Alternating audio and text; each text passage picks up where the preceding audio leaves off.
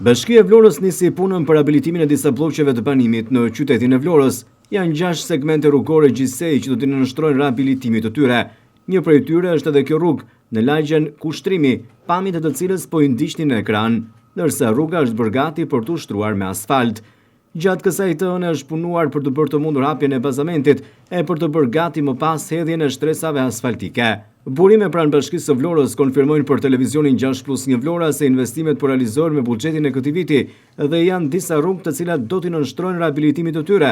2 rrugë janë në bloqet e banimit pranë policisë së Qarkut.